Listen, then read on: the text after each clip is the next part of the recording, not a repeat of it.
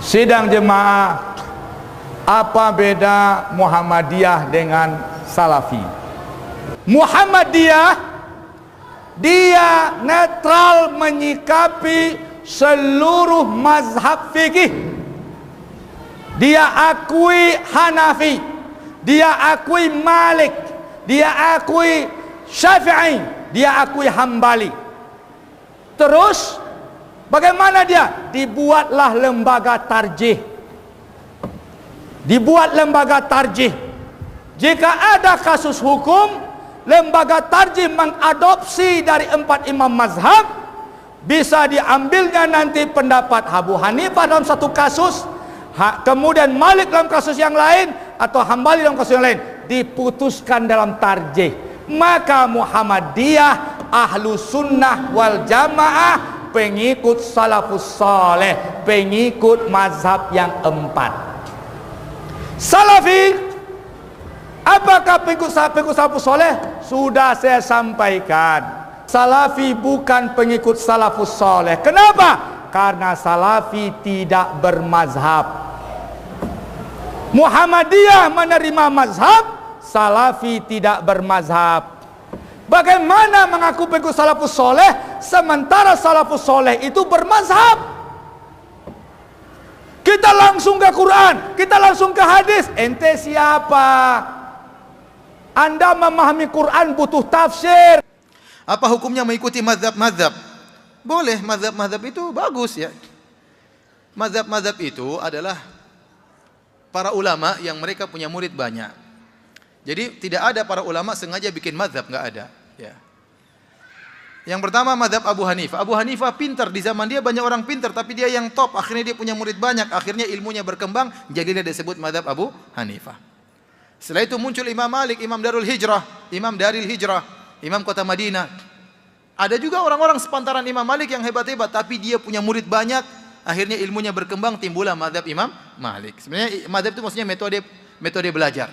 Ini metode belajarnya Abu Hanifah, ini metode belajar Imam Malik. Ya. Di antara murid-murid Imam Malik ada Imam Syafi'i. Ternyata dia berkembang dan dia punya murid banyak lagi sehingga muncul lagi mazhab yang baru. Namanya mazhab Imam Syafi'i. Di antara murid Imam Syafi'i ada namanya Ahmad bin Hambal. Dia juga hebat. Akhirnya muncullah mazhab Hambali. Mereka tidak pernah sengaja untuk memproklamirkan membuat suatu mazhab, tapi itu berjalan dengan sendirinya. Sebenarnya di zaman dulu mazhab lebih dari 4. Ada mazhab Ishaq bin Rohawai, ada mazhab Sufyan Ats-Tsauri, ada mazhab Abu Thawr, ya. Tetapi mazhab-mazhab tersebut hilang. Kenapa? Karena tidak ada murid-muridnya yang meneruskan ilmu mereka. Tetapi secara pendapat masih termaktub dalam buku-buku fikih. Demikian juga termaktub dalam, sering disebutkan oleh Abu Isa At-Tirmidzi. Dan ini pendapat fulan disebutin. Tetapi secara mazhab sudah tidak ada karena tidak ada murid-murid yang meneruskan. Jadi bermadzhab itu boleh. Anda belajar agama melalui metodenya Imam Syafi'i, silakan, tidak apa-apa. Yang dilarang adalah fanatik atau memaksakan harus bermadzhab, itu jadi masalah. Ya. Dan para imam tidak pernah memaksa untuk bermadzhab, dan mereka tidak pernah mengajarkan murid mereka untuk fanatik. Contoh besar Al-Imam Syafi'i rahimahullah ta'ala. Al-Imam Syafi'i punya murid langsung namanya Al-Muzani. Al-Muzani punya kitab Al-Mukhtasar lil-Muzani, kitab fikih juga. Kitab Mukhtasar Al-Muzani ini mengumpulkan, meringkas pendapat Imam Syafi'i dari kitab Al-Um dan juga dari ceramah-ceramah Imam Syafi'i. Dalam kitabnya tersebut dia sering mengatakan, guru kami Syafi'i mengatakan demikian, adapun saya berpendapat demikian. Dan dalam buku-buku fikih ma'ruf, Imam Muzani berpendapat demikian, Syafi'i berpendapat demikian. Contoh, antum baca sederhana, saya baru baca kemarin, masalah kapan Lailatul Qadar. Menurut mazhab Imam Syafi'i, Lailatul Qadar itu malamnya tertentu, tidak berubah sepanjang tahun. Kalau malam 23 ya malam 23 terus. Kalau malam 21 malam 21 terus. Dan Imam Syafi'i dalam sebagian berpendapat malam Lailatul Qadar selalu malam 21. Dan dalam pendapat yang lainnya mengatakan malam Lailatul Qadar selalu malam 23. Ternyata diselisih oleh muridnya Al-Muzani. Al-Muzani berkata malam Lailatul Qadar itu berpindah-pindah dari tahun ke tahun. Bisa jadi malam ini 21, bisa jadi tahun depan malam 27, bisa jadi malam berikutnya malam 25. Ini muridnya menyelisih gurunya dan tidak ada masalah. Ya. Contohnya lagi Imam Syafi'i punya murid namanya Ahmad bin Hambal. Apakah Imam Ahmad bin Hambal mengikuti seluruh perkataan Imam Syafi'i? Tidak, bahkan dia bikin mazhab baru namanya mazhab apa? Hambali. Imam Syafi'i sendiri tidak taklid kepada Imam Malik, gurunya Imam Malik. Ternyata Imam Syafi'i keluar dari mazhab Imam Malik dan dia berkembang sendiri sehingga punya mazhab apa? Syafi'i. Jadi yang jadi masalah adalah memaksa harus ikut satu mazhab tertentu, itu yang tidak boleh. Tapi kalau dikatakan bahwasanya boleh bermazhab, boleh. Bahkan ulama kita bermazhab. Syekh bin Baz mazhabnya Hambali. Ibnu Utsaimin rahimahullah mazhabnya apa? Hambali. Kebanyakan ulama di Saudi mazhabnya apa? Hambali. Ibnu Taimiyah Hambali. Muhammad bin Abdul Wahab Hambali. Kalau mereka menuduh kita tidak bermazhab, tidak benar. Sebagian ulama kita juga bermazhab, cuma mereka tidak menyuruh untuk apa? Untuk fanatik. Yang jadi masalah saya dapati di zaman sekarang ini, ada sebagian ustadz atau kiai yang memaksakan harus bermazhab, harus bermazhab, harus bermazhab. Tatkala dia bicara tentang musik, mazhab semua dia buang. Kenapa? Karena seluruh mazhab mengharamkan musik. Mazhab Hanafi mengharamkan musik, mazhab Hambali mengharamkan musik, mazhab Syafi'i mengharamkan musik, mazhab Maliki mengharamkan musik. Terlebih lagi mazhab Syafi'i keras dalam masalah musik.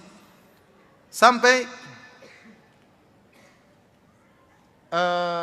salah seorang ulama dari mazhab Syafi'iyah, Ibnu Hajar Al-Haytami, dalam kitabnya Az-Zawajir an Iktirafil Kabair, tentang peringatan terhadap dosa-dosa besar, dia memasukkan bermain alat musik termasuk dosa besar. Nah, orang ini tatkala bicara tentang mazhab, begitu masalah musik, dia buang seluruh mazhab. Selama ini dia bilang harus bermazhab Syafi'i, harus bermazhab Syafi'i, begitu masalah musik, mazhab enggak dipakai. Ya sama saja. Berarti dia juga tidak keluar dari mazhab. Terus dia suruh orang harus bermazhab. Tatkala tidak sesuai dengan hawa nafsunya, dia keluar dari mazhab. Antum baca mazhab Syafi'i, semua mazhab Syafi'i mengatakan jenggot itu sunnah. Sudah bicara jenggot, ya sudah tidak pakai mazhab.